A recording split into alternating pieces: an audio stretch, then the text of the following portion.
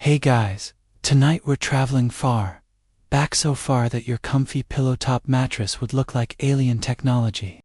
Picture this: no bed frames, no duvets, no fluffy pillows. Just you, the open ground, and maybe a hide tossed over stones to soften the pain a little. You probably won't survive this night without a few bug bites, a crick in your neck, and the uncomfortable awareness that something out there in the dark is sniffing in your direction. So, before you get comfortable, take a moment to like the video and subscribe, but only if you genuinely enjoy what I do here. Drop your location and your local time in the comments. I love seeing where and when you're tuning in from. Now, dim the lights, maybe turn on a fan for that soft background hum, and let's ease into tonight's journey together. You stand, or rather crouch, at the edge of a flickering fire in the late Paleolithic age, around 30,000 years ago. The night air bites like cold metal, and smoke clings to your animal skin cloak. Beneath your feet, packed earth, matted with grass and moss, that you and your group stomped flat into a makeshift bed. That, my friend, is where you'll be sleeping. No pillows, no blankets, maybe a few furs, if your hunting day went well. And if not well, you might just huddle against someone else, because warmth means survival. In the darkness, you can hear mammoths shifting in the distance, and wolves testing their courage. The fire is your only barrier, your fragile fortress of light. Archaeologists actually found traces of grass bedding in South Africa's Sibadu cave, dating back nearly 200,000 years. Layers of grass mixed with aromatic leaves like camphor. Ancient humans weren't just lying down anywhere. They were inventing primitive pest control. The scent of those leaves, when crushed under sleeping bodies, repelled insects. A natural mattress with built-in bug sprayal, long before raid was a thing. But comfort? Not so much. Your back presses against uneven earth. Every stone feels personal. You shift, mutter a prehistoric equivalent of ugh, and tuck your knees tighter. Humans back then didn't separate sleep into tidy 8-hour blocks. Instead, they drifted in cycles, short naps, long dozes, depending on the fire's strength and how hungry the predators sounded. Historians still argue whether early humans dreamed vividly, or if survival instincts kept their minds half awake through the night. Imagine that kind of sleep. Light, alert, fragile. You never fall fully into rest. You never fall fully into rest. One ear tuned for the crack of a twig. Every rustle of grass could mean food or danger. And yet, this was the first human bedtime ritual. Fire crackling, smoke curling upward, someone tossing another log on to keep the night at bay. The smell of charred wood was comfort. The warmth of another person's back was safety. You might think of modern people complaining about bad sleep hygiene and smile because these folks didn't have sheets. But they sure had circadian rhythm down to an art. They rose with dawn and fell with dusk, no alarms needed. Let's move north for a moment to Ice Age Europe. You crawl into a cave slick with condensation, lit faintly by the glow of fat-burning lamps. The air smells of animal grease and damp limestone. People here slept on fur layers stacked over twigs and dried moss, their heads tucked beneath heavy hides. The floor is your friend and your enemy, cold enough to steal warmth, solid enough to remind you you're alive. And yet, there's a quiet beauty in it. The cave walls breathe slowly, the air settles, and every sound seems amplified. The distant drip of water, the rhythm of someone's breath nearby, the faint pop of resin in the fire. These are your lullabies. You drift, briefly, into a dream, more what passes for one. Perhaps you dream of the hunt, of glowing animals on the walls, of ancestors whispering from the flicker of flames. Anthropologists suspect early dreams were intensely visual, maybe even guided by the paintings people etched in the caves they slept in. The boundary between sleep and spiritual experience was thin. Maybe, when you dreamed of a bison, it wasn't imagination, it was a kind of ancient communication. Still, Sleep back then was risky business. If you were in a group, you slept in shifts. Some kept watch, others dozed. And yes, snoring existed even then. There's no escaping that evolutionary masterpiece. Fast forward slightly to early farming villages. Perhaps 10,000 years ago. You're no longer wandering. You've settled. Now your bed is a raised clay platform beside a hearth. You pile straw or reeds on top, maybe throw over a woven mat of reeds or animal skins. Compared to bare earth, this is the Ritz. But still, every morning you wake stiff, your hair smells of smoke, and your lungs carry the soot of last night's fire. Archaeologists in places like Kaital-Yuk, one of the world's first cities, found evidence of these sleeping platforms. People often shared them with family members or even livestock. The warmth of a goat nearby wasn't weird, it was practical central heating. Here's the fun tidbit. In some ancient households, people sprinkled ashes beneath their bedding to deter fleas and ticks. Yes, ashes. Your cozy mattress topper was yesterday's fireplace. Leftovers. There's something quietly admirable about that level of improvisation. No softness, no ergonomic design, but a deep intimacy with the rhythms of the earth. You woke with sunrise, stretched beneath the same sky you hunted under, and never once wondered about thread count down. Think of modern life air conditioning. Hums, your phone blinks beside the bed, and the biggest predator you face is a deadline. Yet somehow, our ancestors lying on straw and stone might have slept more in tune with nature's pulse than we do today. Before we leave this smoke-scented chapter, here's a question. What did comfort even mean when pain and rest were both constant companions? You didn't separate them. You endured one to taste the other. Historians still argue whether ancient humans viewed sleep as leisure or necessity. But maybe that distinction didn't matter yet. You roll over once more, listening to the faint crack of fire. Sparks drift into the night like tiny orange souls, and for a brief, perfect moment, you forget the hardness beneath you. You close your eyes. The earth itself is your mattress. Sleep raw, risky, real. You wake to the hiss of sand in the wind, or is it snow drifting against the mouth of your shelter? Tonight the story of sleep splits into two extremes, the blistering desert and the frozen world of ice. Both are places where humans, somehow, learned to rest even when nature itself tried to stay awake. You open your eyes and find yourself under the Egyptian sun. The year is roughly 2500 BCE. The Nile glints like a slow-moving mirror. And somewhere nearby, workers are hauling stones for a monument that will outlast every one of them. When night falls, they'll lie on mats woven from papyrus reeds. No fluff, no padding, just flat bundles of stems tied tight enough to keep you off the dust. You, too, lie down on one. It creaks under your shoulder blades like a polite complaint. There's a faint smell of resin and river mud. The air cools fast, and 1,000 tiny insects sing you an unwanted lullaby. Ancient Egyptians often rubbed oil castor palm, or sometimes even rancid fish oil on their skin before sleep to keep the bites down. Not glamorous, but surprisingly effective.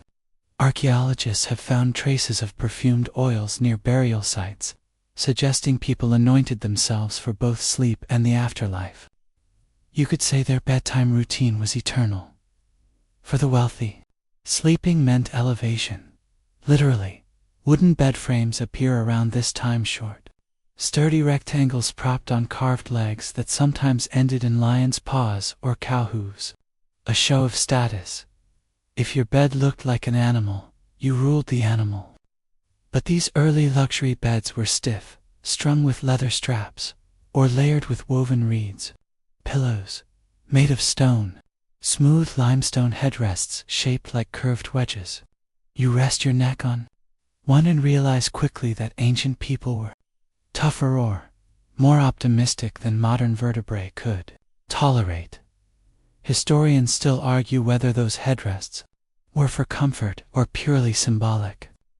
Maybe designed to protect elaborate hairstyles or keep snakes away from sleeping ears. Either way, it's a solid reminder that softness wasn't the goal. Stability was. The earth shook less when your bed, DIDN, single quotes T. Now, blink and the air cools into frost. You've traveled north, deep into Ice Age Europe. The firelight flickers against walls of packed snow and animal hides. Here, your bed isn't a raised frame, it's a hollow carved into ice, lined with straw, moss, or furs. It's like sleeping in a freezer lined with wool. But somehow, it works. The cold traps warmth close to the body, and your breath clouds in slow, rhythmic puffs. A quirky discovery from Siberia shows ancient nomads slept with their dogs not just for companionship, but for survival. The combined heat of one or two animals could make the difference between waking up or not. So, if you've ever let your pet steal the blankets, congratulations, you're participating in a 10,000-year-old survival tradition. The Inuit of the Arctic later perfected this logic with snow houses, or igloos. Inside, they built sleeping platforms of ice blocks covered in caribou hides, the fur facing up. Caribou fur, with its hollow hairs, trapped heat so effectively that body warmth could raise the internal temperature by 20 degrees. Modern sleeping bags only caught up a few millennia later. But still, this wasn't cozy. You curl into a ball, tuck your hands beneath your arms, and listen to the wind prowl outside. The cold hums like a living thing. You might drift off imagining the stars as frozen sparks, the same stars your ancestors traced for navigation and stories. Sleep, for them, was less an escape than a truce with the elements. Across these early civilizations, people learned that where you slept shaped how you dreamed. In Egypt, dreams were messages from gods. Priests even kept dream temples where patients could sleep to receive divine advice. In Arctic cultures, dreams were journeys, spiritual hunts through snow and sky, and somewhere between them, in desert and tundra alike. The human brain learned to rest even when the world wouldn't. You stretch out again on your reed mator, your ice bed. Depending on which extreme you prefer, try to imagine how it felt to wake each morning with gratitude simply for still being alive. The Egyptian worker rises with sand stuck to his skin, already squinting toward the horizon. The Ice Age wanderer shakes frost from his eyelashes, his breath steaming in dawn's pale glow. Both yawn, both stretch, both face another day built on endurance. There's a tenderness in that, strange as it sounds. They didn't chase comfort. They chased continuity. The goal was not to feel good, but to keep going. And yet, amid all that harshness, they found moments of beauty. In Egypt, mothers sang their children to sleep under open roofs, their voices soft as the desert wind. In Ice Age shelters, someone might hum a low tune while carving a tool near the fire, the rhythm steady as a heartbeat. Maybe that was humanity's first lullaby, the sound of someone still awake so you could rest. Even now, we echo it: white noise machines, bedtime playlists, the hum of a ceiling fan. Same instinct, just upgraded. Historians still argue whether ancient people slept longer or shorter than we do. Some suggest early humans had biphasic sleep, 2 chunks of rest with a waking hour in between for talking, eating, or checking for saber-toothed cats. Others believe our modern 8-hour block is actually unnatural, a product of electric light and industrial schedules. But either way, those early nights built the foundation for every bed, every blanket, every yawn we take for granted today. You lie there, halfway between heat and frost, and wonder, maybe comfort doesn't start with softness at all. Maybe it starts with belonging, knowing the fire will burn through the night, or that someone will wake you if the storm grows too loud. The desert cools. The ice settles. You close your eyes again, and the world feels ancient and infinite, as if every sleeper who ever lived is breathing beside you. You blink, and the ground beneath you hardens into brick.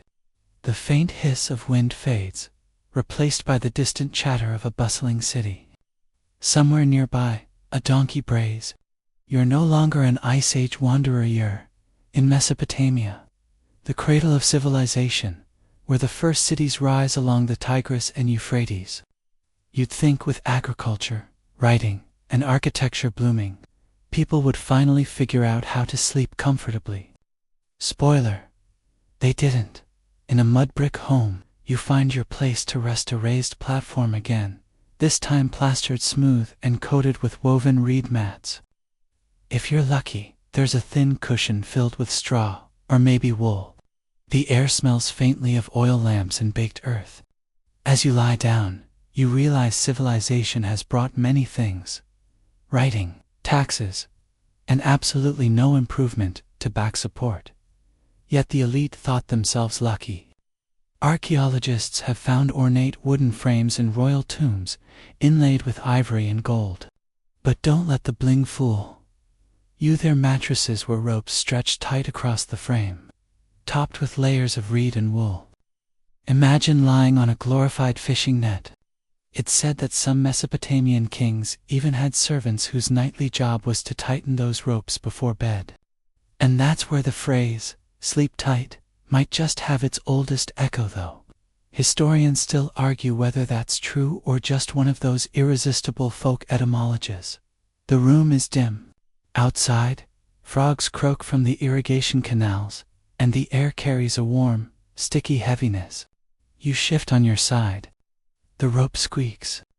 A mosquito bites your ankle. You sigh. Some things never change. If you're not royalty, you're sleeping on the floor with your family, heads toward the wall, feet pointed inward, like spokes on a wheel. Privacy doesn't exist. Neither does softness. But maybe you'd rather have company than a spring mattress. At least you know someone's there. If a snake decides to drop in through the thatch roof, now the scent of lotus and linen drifts in. You've crossed to Egypt again, but this time inside a noble's chamber.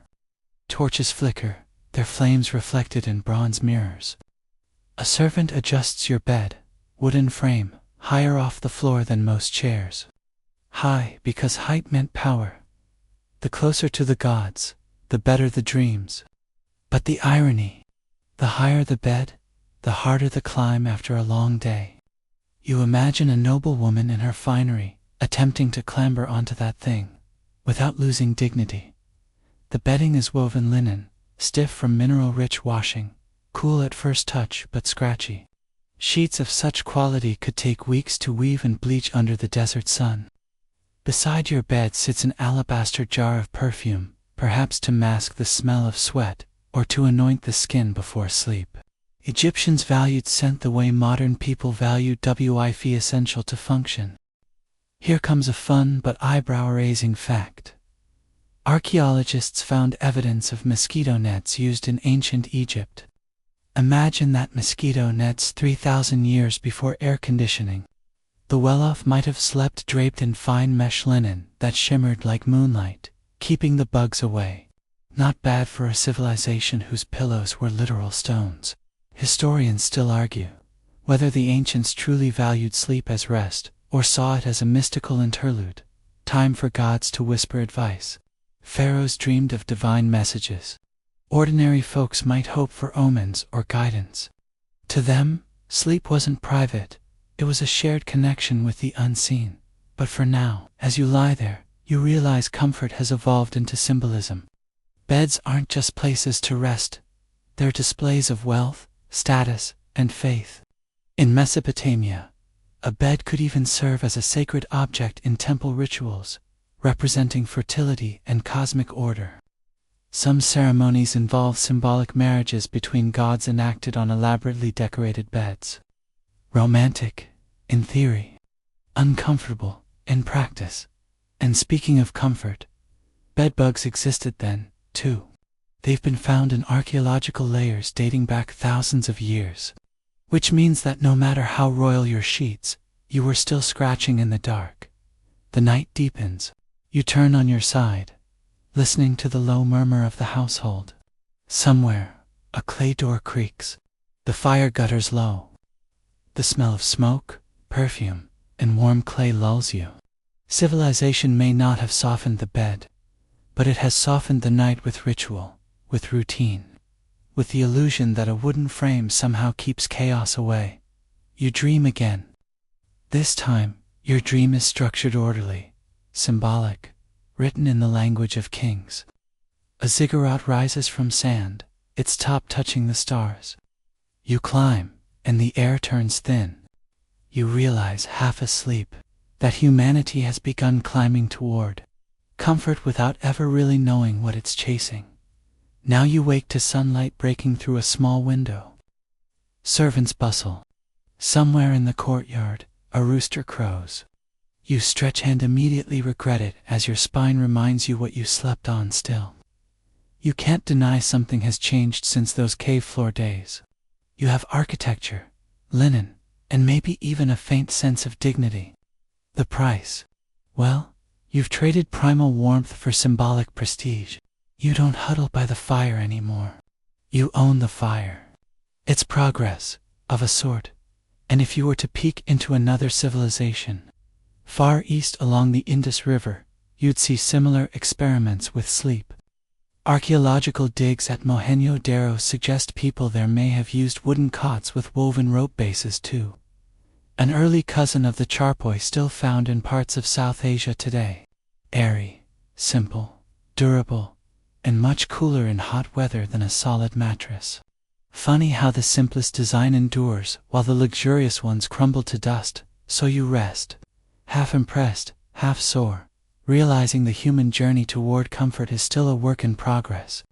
The stars above are older than any bed, and yet every night, you and your ancestors have stared at them the same way, hoping for peace between body and world. You close your eyes again, surrounded by gold, linen, and the faint chorus of frogs. Civilization hums outside, but in here, sleep remains as ancient as ever in ease, imperfect, profoundly human. You open your eyes to the smell of olive oil and roasted grain. A distant lyre hums somewhere in the night, and voices float over from a courtyard lit by torches. You're no longer in the desert. Welcome to ancient Greece. The stars hang low. The air is warm, and someone's probably arguing about philosophy within earshot. And you're about to learn that even the birthplace of Western civilization couldn't quite figure out a comfortable way to sleep. You recline on what the Greeks called a kalon, a piece of furniture that doubled as a couch by day and a bed by night. It's slightly slanted, supported by carved wooden legs, and topped with a cushion stuffed with straw, wool, or if you're fabulously rich, down feathers. Sounds cozy until you realize the fabric cover is coarse linen. The straw pokes through at odd angles, and there's a faint smell of yesterday's dinner. That's because this is also where you ate. The Greeks had a thing for reclining while dining, especially at banquets called symposia. Picture this: dozens of men in tunics lying on their sides, sipping wine, debating the nature of virtue, and trying not to drop figs on the upholstery. Then, after the party, they'd sweep up the crumbs and voila, it's bedtime, a one-furniture-fits-all kind of deal. Minimalism before it was trendy. You shift a little, propping your elbow on a small wooden headrest. The stone floors echo faintly, cool against the night air. Someone outside is singing a hymn to Apollo. It's oddly soothing. Historians still argue whether the Greeks saw sleep as a weakness or as a sacred necessity. After all, even Zeus had to nap sometimes. But one thing's certain, they thought. Dreams were divine messages, often sent by Asclepius, the god of healing. Sick people would actually sleep in temples dedicated to him, hoping to be cured through visions. It was the original sleep therapy, complete with snakes slithering around the floor as sacred symbols. You probably wouldn't survive a single night of that kind of spa treatment. Now, slide forward in time and west across the sea. The marble coolness of Greece gives way to the stately grandeur of Rome. Here, you find the Lectus, a Roman bed that took Greek practicality and added Roman ambition. Think heavier wood, bronze fittings, and the occasional ivory ornament. The mattress is filled with straw, reeds, or if you're senator-level rich, Goose feathers. Your bed is so tall it needs a footstool. And yes, there's still someone, likely a servant, sleeping on the floor nearby, just in case you need more wine or philosophical reassurance at 2 a.m. Roman bedrooms, or cubiculum, were dim and small, often just big enough for the bed and a lamp. Privacy was a luxury, so you might have people passing through your sleeping quarters like it's a hallway. Comfort wasn't the point, status was. You're supposed to look good reclining, not necessarily feel good doing it. Here's a fun tidbit. Romans believed you should always sleep with your head facing east, toward the rising sun, for good health and harmony. They were big on cosmic alignment long before astrology apps existed. And though they didn't have duvets, they did use wool blankets, woven thick enough to survive an alpine winter. Sadly, those same blankets also came with lice. Ancient historians like Pliny the Elder wrote about bedbugs with the same weary frustration we express on Yelp reviews. Some Romans even burned sulfur near their beds to fumigate rooms nightly. Ritual that smelled like rotten eggs, but killed pests effectively. You roll onto your back and stare at a ceiling painted with stars. The faint hum of the city seeps in through the walls, chariots clattering over stones, dogs barking, someone yelling at a slave. It's not exactly peaceful, but it's alive. Roman elites sometimes owned multiple lectuon for sleeping, one for dining, and one for other activities best left to imagination. The dining couch was the showpiece. The sleeping one was utilitarian, which means the place where you actually rested your body was the least important of all. The ancient world's version of spending more on your living room sofa than your mattress. Still, sleep held its mysteries. Philosophers like Seneca wrote about its purity, how a wise man's rest should be calm, his conscience light. Others, like Galen, theorized about its medical benefits, linking it to humoral balance. Too much sleep, he warned, could dull the mind. Too little could drive it mad. You can almost imagine the Roman equivalent of wellness influencers quoting him on scrolls. But behind the theories and posturing, Romans shared the same nightly vulnerability as their prehistoric ancestors.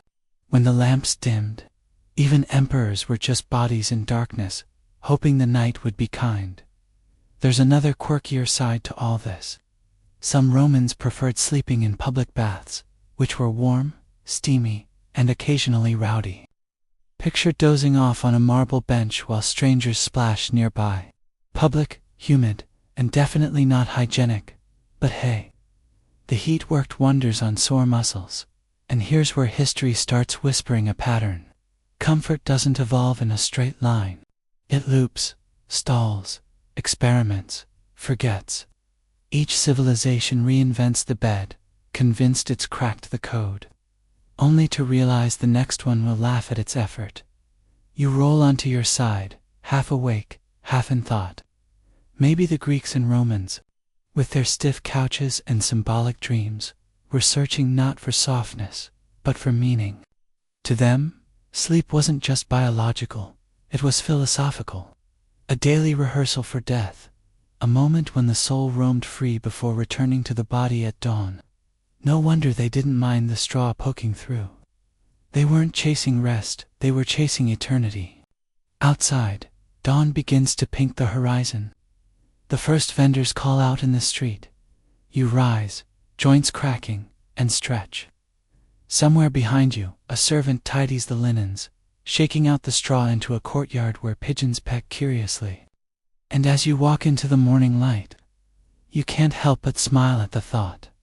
For all their glory, their marble, their gods, the Greeks and Romans still woke up with sore necks. You drift into the Middle Ages, when night was a fragile thing. Candles gutter, the wind hums through arrow slits, and the stone walls of a castle trap, more damp than warmth.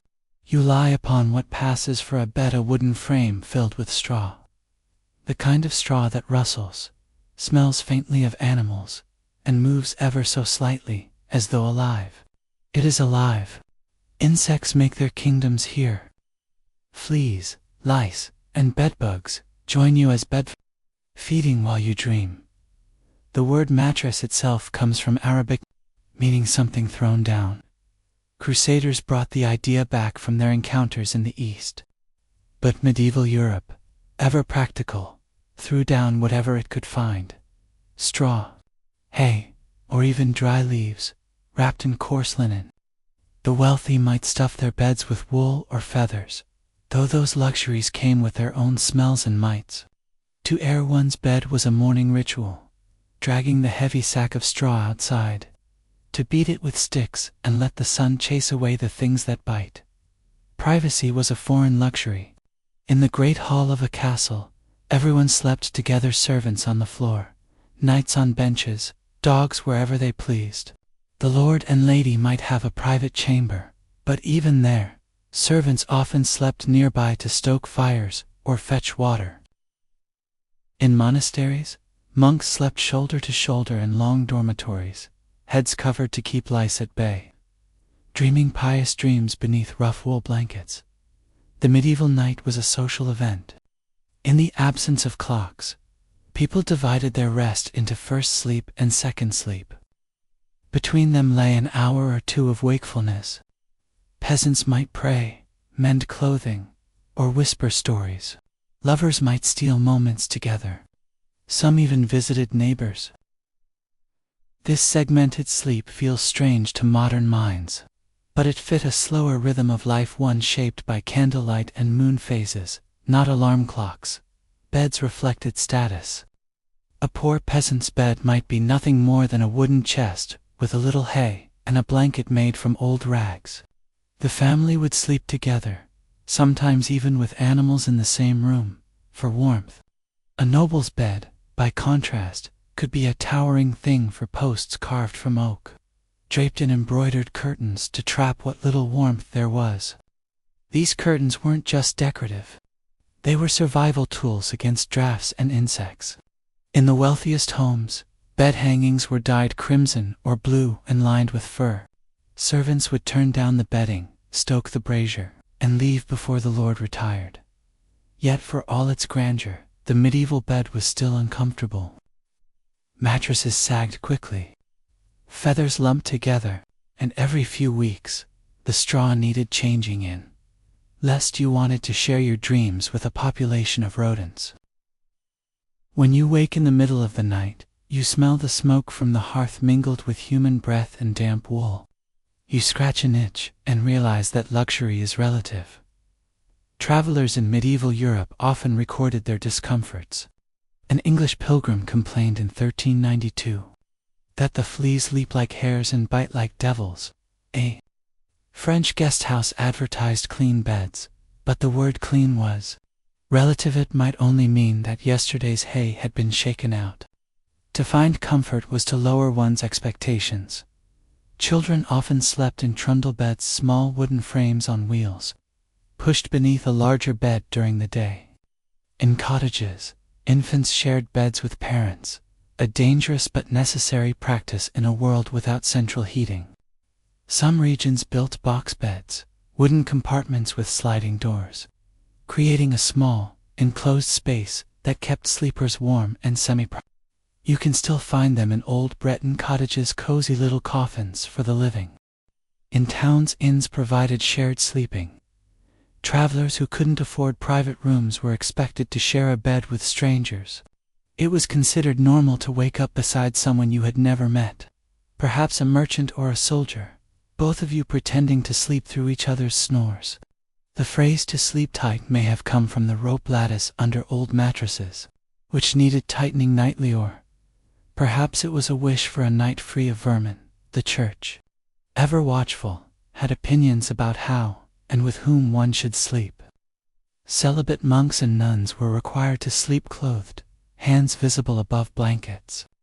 Married couples, by contrast, saw their beds as sacred places of union, duty, and lineage.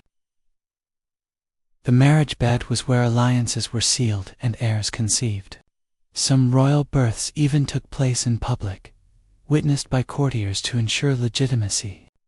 The bed was a throne of sorts, both intimate and political. You can imagine a medieval noblewoman preparing for bed. Her maidservant removes layers of linen and wool, brushes her hair by candlelight, and lays out the night shift, a simple garment meant to protect skin from the coarse sheets. The Lord might already be waiting, wrapped in furs. The room smells of beeswax, smoke, and human closeness. Beneath the bed, a wooden chamber pot glints faintly in the firelight. Not everyone slept at night. Watchmen, guards, and bakers lived by the moon. In cities like London and Paris, curfews were enforced, bells rang, fires were doused, and gates were locked. Those caught wandering after dark were suspected of sin or crime. Yet even in the curfewed silence, life stirred. Midwives answering midnight knocks, cats stalking rats, lovers whispering through shutters. For peasants, sleep was short and shallow. Work began with dawn, and nights were cold and restless. The straw pallets grew damp with sweat and rain. In winter, people slept in their clothes, boots by the fire to dry, and prayed that the thatch above wouldn't leak. Still, there were moments of peace: a child curled under an arm, a dog breathing softly nearby, the steady crackle of embers. In such conditions, sleep was not a right, but a victory. By the 14th century, bedding became a modest art. Linen sheets replaced wool in wealthier homes. Down feathers became prized imports. In England, inventories of the rich list beads of down and fine cloth. But even the best bed was only as comfortable as the weather allowed. Without insulation or modern heating, the medieval sleeper depended on bodies, blankets, and sheer endurance. Illness and superstition surrounded the night. People feared the air of darkness, believing that night vapors caused plague or madness. Windows were shuttered tight. A bed facing north was said to bring ill dreams. Some hung herbs or holy metals by the bedside. Sleep was not yet a private escape, but a vulnerable act. You lay down not knowing what the night might bring, cold, fever dreams, or divine visitation, and so you, traveler of centuries, lie on your straw sack and listen. The castle creaks. Somewhere a hound growls in its sleep. The moonlight catches the embroidery of a curtain showing saints and sinners, both asleep beneath the same sky. You realize that comfort was once a distant dream, and perhaps that dream made sleep more precious. When dawn comes, you rise stiff and sore. Servants pull the curtains, sweep ashes from the hearth, and carry the straw mattress out for airing. The day begins again with scraping, coughing, and prayer. You rub your eyes and think, not without gratitude, of the beds you've known, clean, soft, and quiet. Medieval people would have called it paradise, and perhaps, you think, they were right. You cross the mountains and follow the slow caravan trails eastward. The night air smells of cedar and camel sweat. Somewhere beyond the dunes lies a new way to rest, one not built on feathers or hay, but on harmony. In Persia, people once believed that sleep should mirror the architecture of the heavens. They lay on raised platforms called tot, built from stone or wood, and cooled by the desert breeze that slipped through lattice windows. Carpets woven with pomegranates, vines, and blue stars were spread on top. At dusk, servants rolled out thin cotton mattresses called lahaf, and sprinkled rosewater over the pillows. Even a poor merchant might sleep surrounded by patterns of paradise, a reminder that the prophet's own cloak could be folded into a pillow. Across the Silk Road, traders carried these habits east. In India, the word charpoy for legs named a woven bedframe that breathed in the heat. It was rope and rhythm, each strand hand-tied, each sag corrected by a pull. A charpoy was never silent. It creaked like an old song when someone turned over. Villagers dragged them outside during warm nights, sleeping under stars so bright they left no shadow. The poet Kabir wrote, "The sleeper's breath is a bridge between two worlds." For centuries, India slept on those bridges, light enough to carry, strong enough to last generations. Further east, you find China's dynasties dreaming within walls of carved wood and screens. Here, beds were not mere platforms but private realms, called trom, A Mingira canopy bed could fill an entire room, enclosed like a miniature palace. Inside hung embroidered silks of cranes and clouds, while drawers beneath stored family heirlooms and winter quilts. To lie within was to rest inside a story. The bed became both cradle and coffin, symbol of lineage and luck. The scholar Confucius never wrote directly about mattresses, yet his ideals shaped every gesture of repose, moderation, symmetry, respect. Even sleep obeyed ritual. One faced south, aligning body and spirit with cosmic order. To sleep wrongly oriented risked inviting illness or confusion. In the northern plains, winter demanded invention. Farmers in Korea perfected the ondol, an underfloor heating system where smoke from the kitchen stove circulated through stone channels beneath the bedroom. The stones warmed slowly, then held their heat all night. People lay directly on thin mats called yo, wrapped in cotton blankets, feeling warmth rise from the earth itself. Foreign travelers thought it witchcraft. No fire, no smoke, only quiet heat. Yet for Koreans it was simply the breath of home.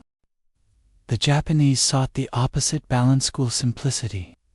The tatami mat, made of rice, straw, and rush, spread across the floor like a measured grid.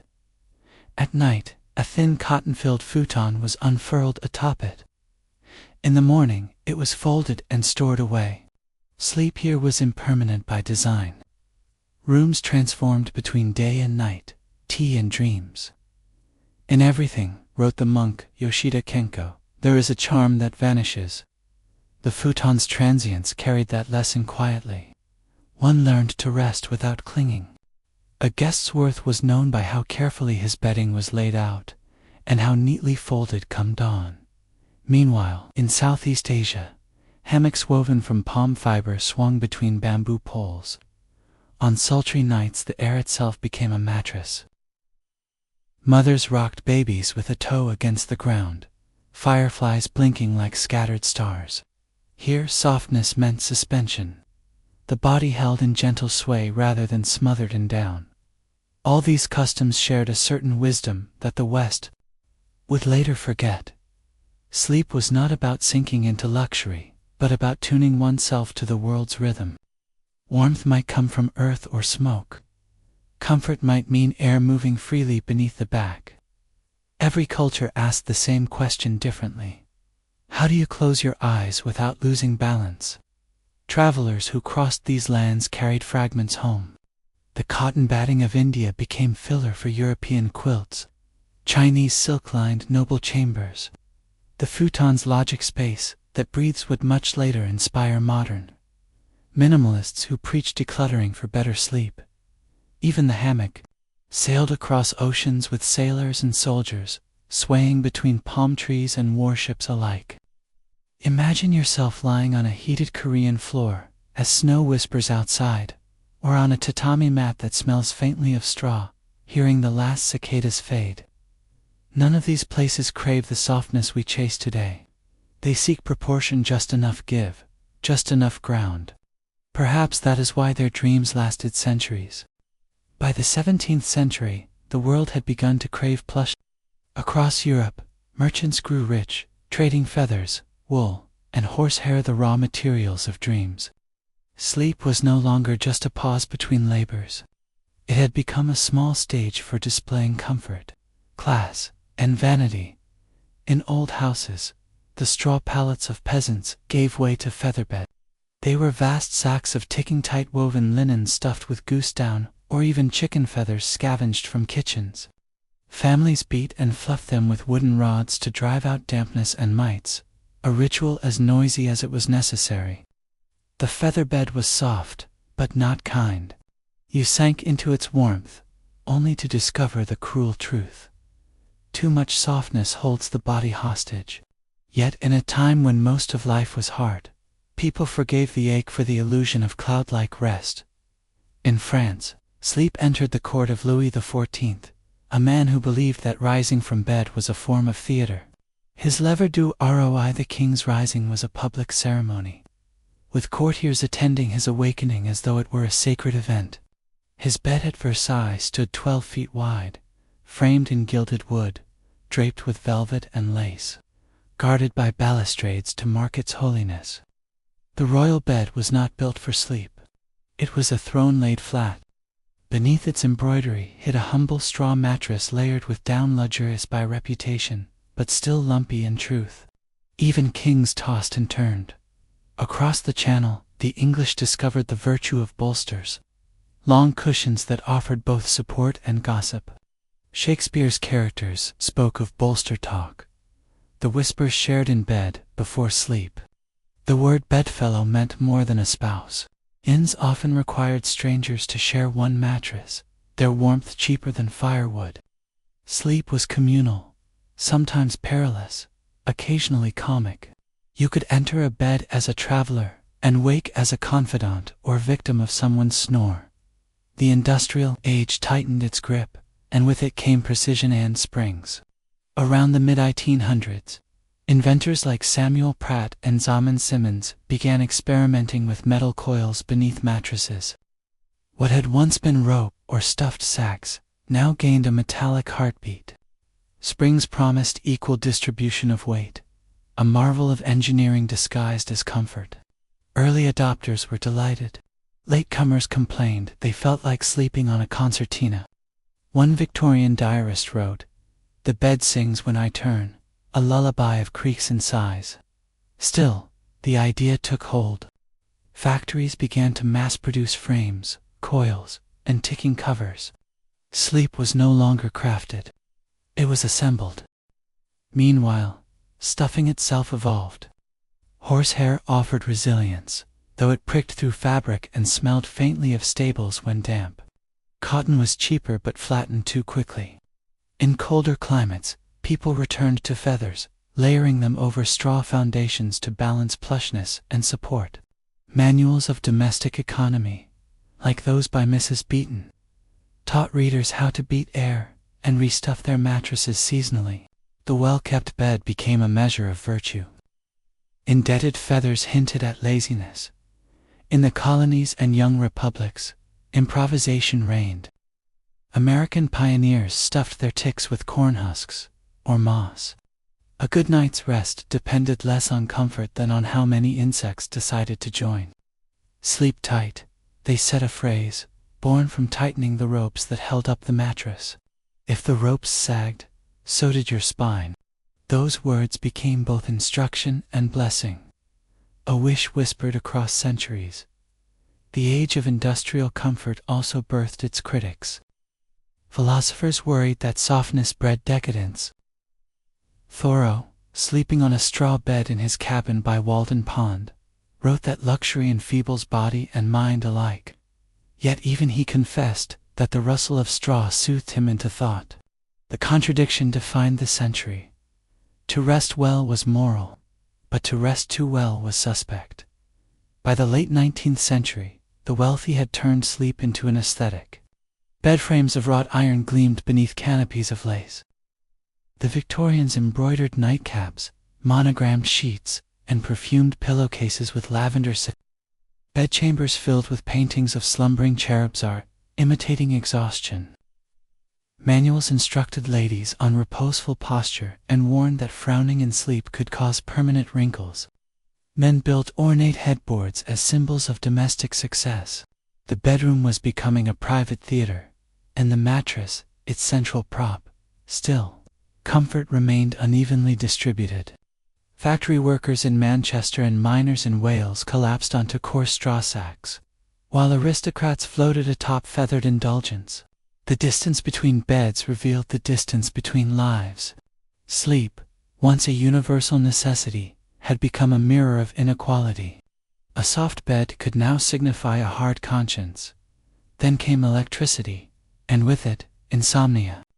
Gaslight first, then bulbs, stretched the day beyond its natural bounds. Writers like Charles Dickens complained that the hum of the city made true rest impossible. Even the most luxurious bed could not silence progress. The springs creaked in sympathy with the gears of factories outside. People had finally conquered darkness only to lose their sleep. Yet the image of the ideal bed remained irresistible. Advertisements promised scientific slumber and restful hygiene. Companies like Sealy and Simmons sold not just mattresses but the dream of modern life: clean, civilized, efficient. The bed left behind its medieval shadow of disease and sin to become a symbol of health and productivity. A well-rested worker was a valuable machine. Imagine yourself lying on a Victorian coil bed. Beneath you, hundreds of tiny springs flex and sigh with every breath. Above you, lace curtains filter lamplight into a golden haze. You think of peasants who once slept on dirt, of kings on straw, of monks on wooden planks. All those centuries of longing have led to this squeaking monument to progress. You wonder, as the springs whisper beneath you, whether softness truly equals peace, or whether humanity has merely found a more elegant way to toss and turn. The 20th century arrived with a sigh of relief and a yawn. Humanity, after centuries of trial and error, finally believed it had mastered the art of rest. The quest for softness reached its peak, and your nightly cocoon of comfort became the symbol of a modern, civilized life. You start in the 1920s. The world hums with jazz, and in the corner of every glossy magazine, a new type of advertisement promises miracles. Sleep like a king. Memory foam was still decades away, but the dream had already begun. Mattresses grew taller, heavier, and more layered: cotton wool, springs and more springs.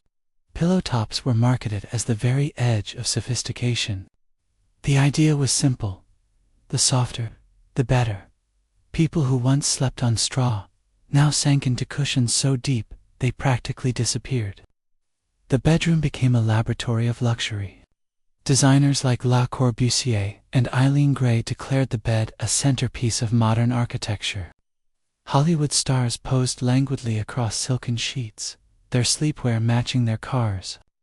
Good sleep, society whispered, is not just health, it's status.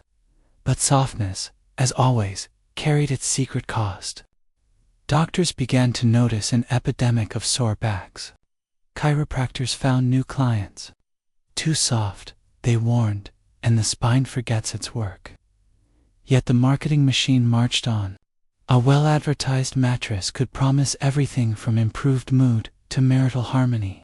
It was the century when science and desire crawled under the same blanket. World War II changed even the way people slept. Soldiers learned to rest on canvas cots, rolled blankets, or bare earth. When peace returned, many veterans swore never to sleep hard again. The post-war boom filled suburban bedrooms with queen-sized promises of comfort. Foam rubber entered the scene, bouncy and bright-smelling. It was hailed as a miracle: mold-proof, spring-free, and suspiciously like a sponge. By the 1950s, television had crept into the bedroom. People now fell asleep not to silence but to jingles and laughter tracks. The glow of the screen became the new hearth. And there, tucked beneath electric blankets, entire families watched sitcoms from under layers of polyester comfort. The warmth was artificial, but the feeling was real enough. Then came the 1960s and 70s, a time of rebellion, waterbeds and shag carpets. The waterbed promised the ultimate natural sleep, gently rocking with your heartbeat like an ocean cradle. It sounded peaceful in theory, until a generation of owners discovered the nightly slosh, the leaks, and the joy of punctured vinyl.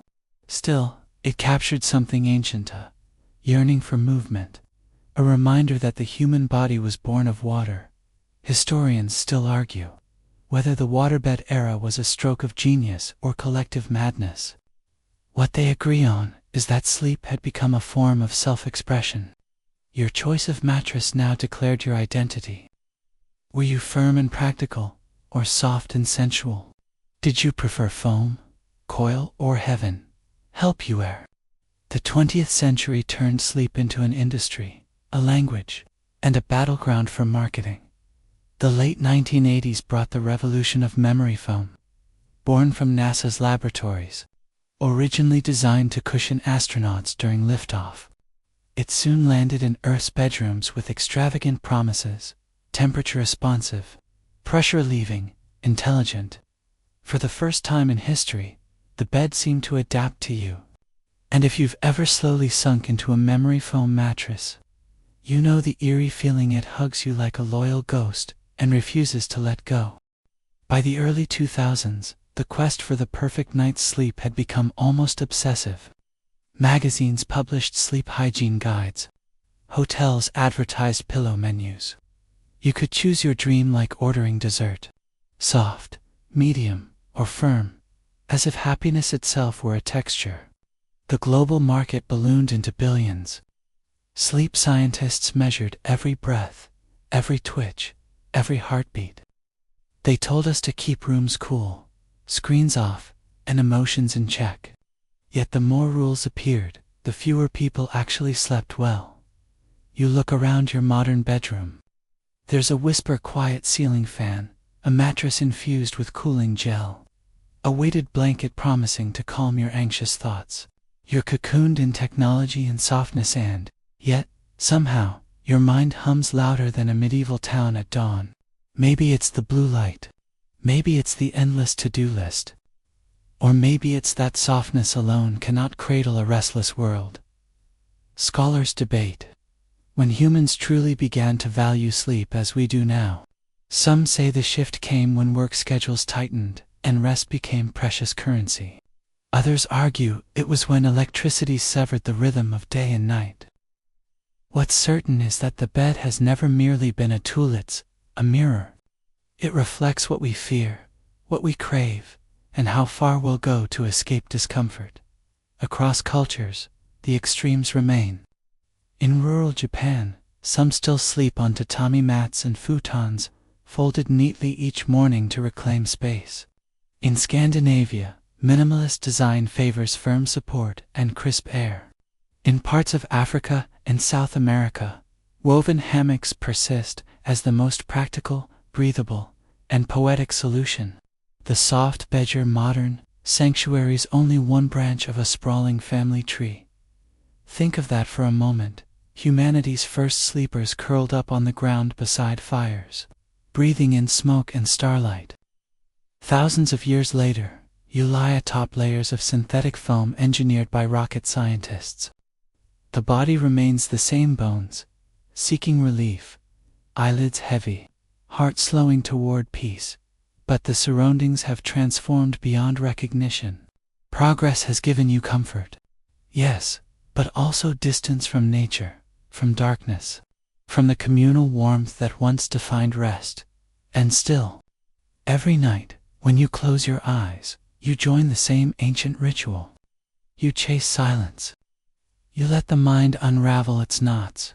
You surrender, however briefly, to the great unknown of sleep. It doesn't matter whether your bed is soft, firm, or filled with water. What matters is that you, like every ancestor before you, drift into that small, sacred oblivion and trust that dawn will return.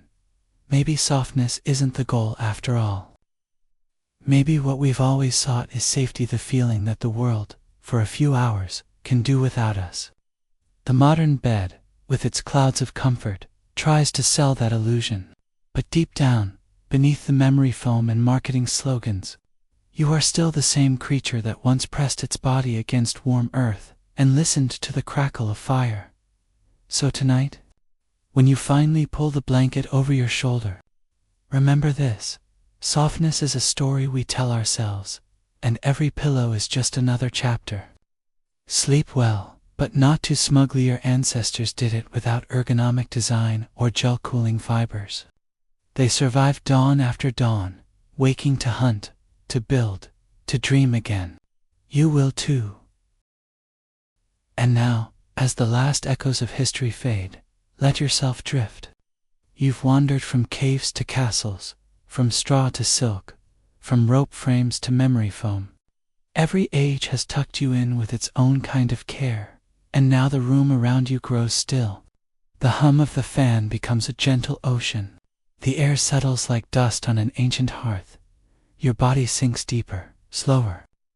The muscles that carried you through centuries of imagination finally loosened their hold. Somewhere in that half-dreaming place, You can almost feel the earth beneath all those layers of modern comfort, the cool firmness of the ground that once welcomed humanity's first sleepers. It reminds you that softness isn't measured in inches of foam, but in the weight that lifts from your chest. When you let go, let your breath find its rhythm. Inhale the quiet. Exhale the centuries. You've earned this stillness. The story is ending, but sleep, the real story, begins again now. So close your eyes, traveler. The beds of kings and cavemen alike have carried you here.